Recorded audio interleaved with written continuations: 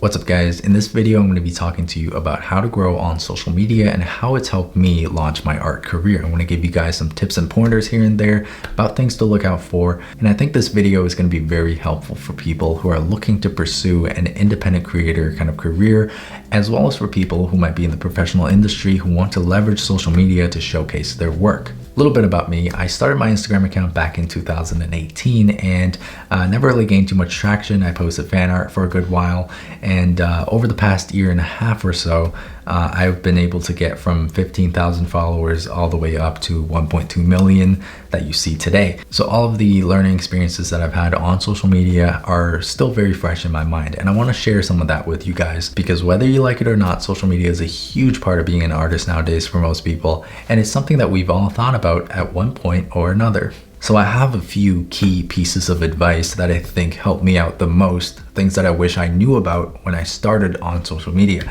Tip number one, you got to prioritize your own growth as an artist over your growth on social media. This is something that I always preach to everybody who asks me for advice. This is the one thing that I think is really not talked about enough, especially in the social media scene where people are so focused on engagement. It's always engagement, engagement, engagement. How many likes? What's the engagement ratio? What is my subscriber count? What is my follower increase? There's too much of this looking at the numbers and not enough of looking within yourself. It sounds extremely cheesy, but this is the number one tip that I can give to anybody who's looking to pursue a career on social media. You have to remember that when you strip everything down, when you take out all the fluff, people follow you for the quality of your content.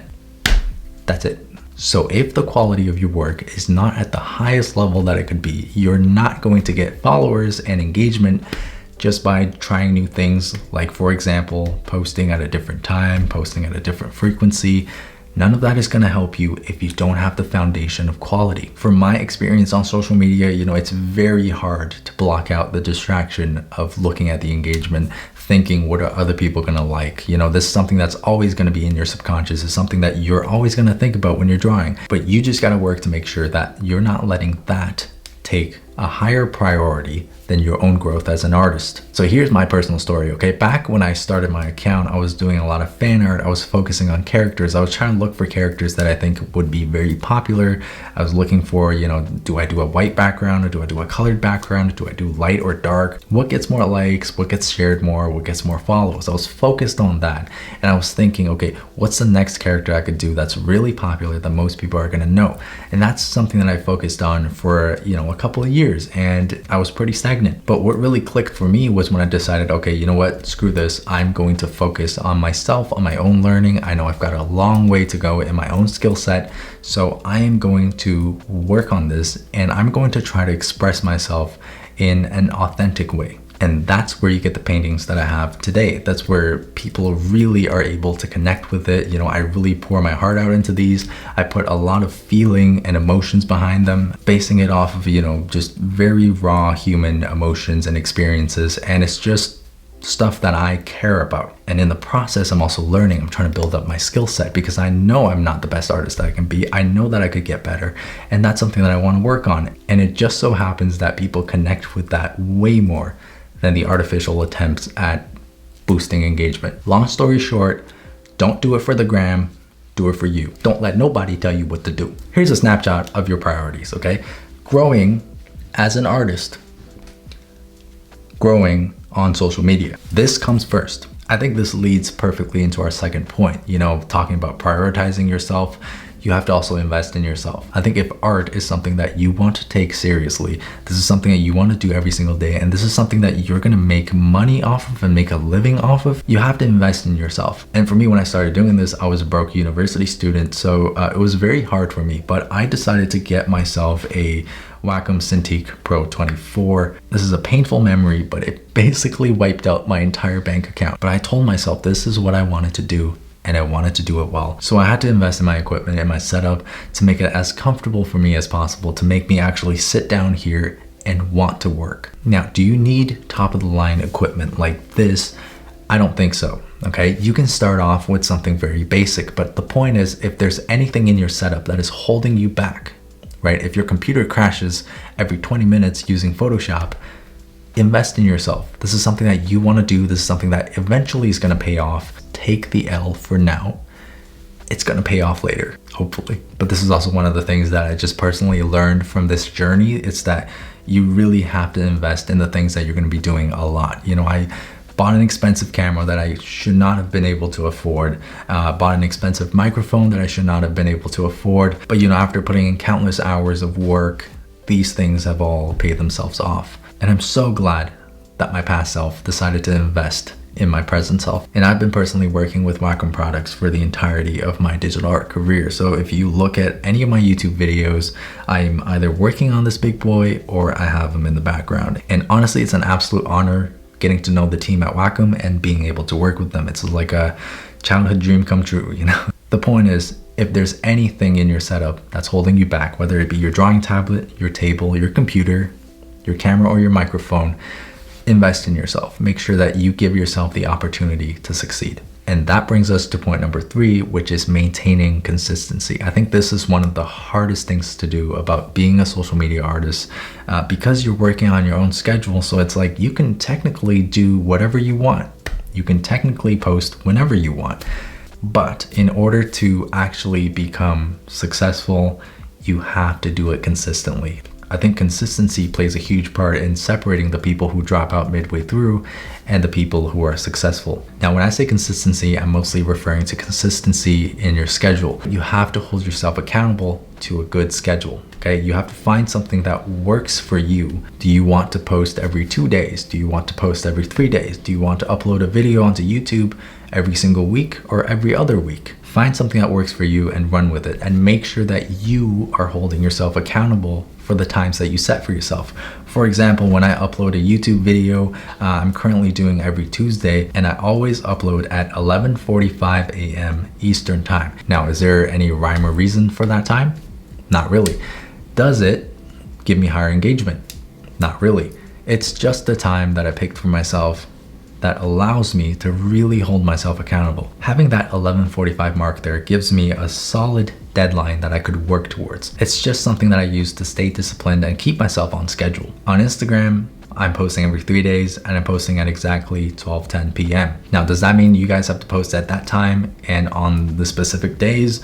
Not really. It's just something that I kind of fell into. It's a schedule that I just made up for myself. Sometimes you forget. Sometimes life gets busy, but having the schedule here, you know, writing it down in your calendar or setting an alarm for it, it allows you to maintain it. No room for excuses, and we got no room for laziness here. But you also want to take care of your mental health. So if something is really, really stressing you out, it's probably time to rework that schedule. You know, find something a little bit more manageable so that you're not stressed out all the time trying to meet a deadline to a point where it actually has a negative effect on the quality of your work. And speaking of consistency, there is one thing that I think really negatively impacts a lot of people's schedules, and that is low engagement on your work. This is something that you really got to work with yourself on. You got to play some mental gymnastics to get over these hurdles, because it's tough. Sometimes you put up a post and it does absolutely horribly. It just completely flops, okay? And you thought it was gonna do well. This is gonna happen all the time. This is gonna happen over and over and over again. You just gotta come to a point where you accept this and move on. You gotta really toughen yourself up so that every time you stumble, you pick yourself back up. You have to understand that in the grand scheme of things, this is just one small stumble. This is not something that's going to derail your entire art career. The fact that this one post or this one video didn't do as well as you expected it to. It's important to pick yourself back up, get right back at it, be consistent, and stay on that schedule so that you can come back and slap that flop in the face. I'm promoting violence, but what can you do? So having covered those points, I think there is another one that was really important to me personally, that will really round this whole thing out, and that is setting your goals. Okay, you gotta have goals. You gotta know what you're working towards. For me personally, my goals were that I eventually want this social media thing to grow large enough that I could support myself. And that goal is something you would call a long-term goal or a stretch goal. It's something that is not gonna happen in a very short period of time. It's gonna take a lot of work, and it's something that you can strive towards. The benefit of having a goal like this is you can kind of work backwards. So for me personally, I knew I wanted to do this. So I looked at some other artists who are already doing what I wanted to do. I took notes on how they make money, how they generate content, what kind of content do they do, how often do they make their content, and what kind of work they do in general. And I was able to kind of reverse engineer that into a plan for myself so that I knew, okay, at a certain point, I would probably want to sell some prints. At a certain point, I would probably want to teach people on Patreon. At a certain point, maybe I'll make an art book. You know, things like that you could implement into your journey by working backwards from your end goal so that you can eventually reach that goal. And the thing is, having a goal is just great for your motivation. When I was a much smaller account, I found sometimes when I would make posts and it would get low engagement and I'd be like, okay, why am I doing this? I'm not even making any money, but I'm putting so much effort into it. You know, it's very discouraging. It could be very unmotivating, but you know, sometimes you just got to remind yourself, okay, like this is what I'm doing it for. Like at the end of the day, that's the goal that I want to reach. And every single thing that I do right now, whether it's a success or whether it flops, is just another stepping stone to the eventual goal that I want to reach. So these are the main tips that I can offer you guys for people who are trying to get onto social media, whether you are a independent creator or a professional artist who wants to use social media. These are some of the things that I wish I knew when I started trying to grow on social media. Well, now you guys know them. So I hope they make life a little bit easier for you guys. But honestly, guys, I think social media is an amazing thing to leverage if you're an artist. You know, it opens so many possibilities. For me personally, I didn't know anybody in the art industry. I didn't have a way into the art industry. There was no other way for me to get my work recognized by people other than posting on social media. And now that I have done this, I have grown a presence on social media. Now people kind of know who I am. I've met so many people that I otherwise would have never been able to talk to. You know, like other big creators that back then I would have never thought I would even speak to ever in my life. And you know, here we are, we're just talking to each other, you know, getting to know each other. And it's actually opened so many doors for me, you know, with new opportunities to work on big projects, really exciting things, and just getting to know other people in the industry as well, and kind of getting the inside scoop on a lot of these things. So social media is definitely something that is a very viable thing to use if you are an artist or a creative of any kind.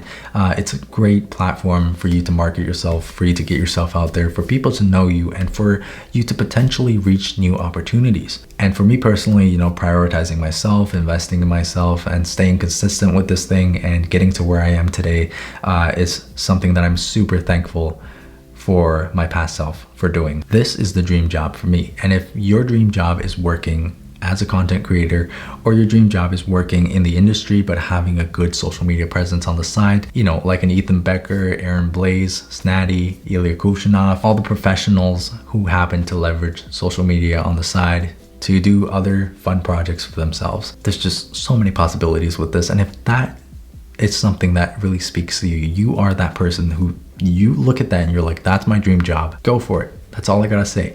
You're not going to regret trying. What you're gonna regret is not giving it a shot. That's it for this video that I made specifically for Lightbox Expo 2021. So a big thank you to Bobby Chu for inviting me to Lightbox this year, and a big thank you to Wacom for reaching out to me, getting to know me, and just being cool people who make really cool products that have helped me so much on my artistic journey. So with that being said, I hope this video shed some light on social media and everything to do with social media. I hope this makes things a little bit less overwhelming for you guys, and I'm looking forward to seeing all of you guys on Instagram or YouTube or Twitter or whatever it is that you guys want to use. Thank you for watching this video, and I'll see you guys on the next one. I still remember the first day that the Cintiq Pro 24 was shipped to me.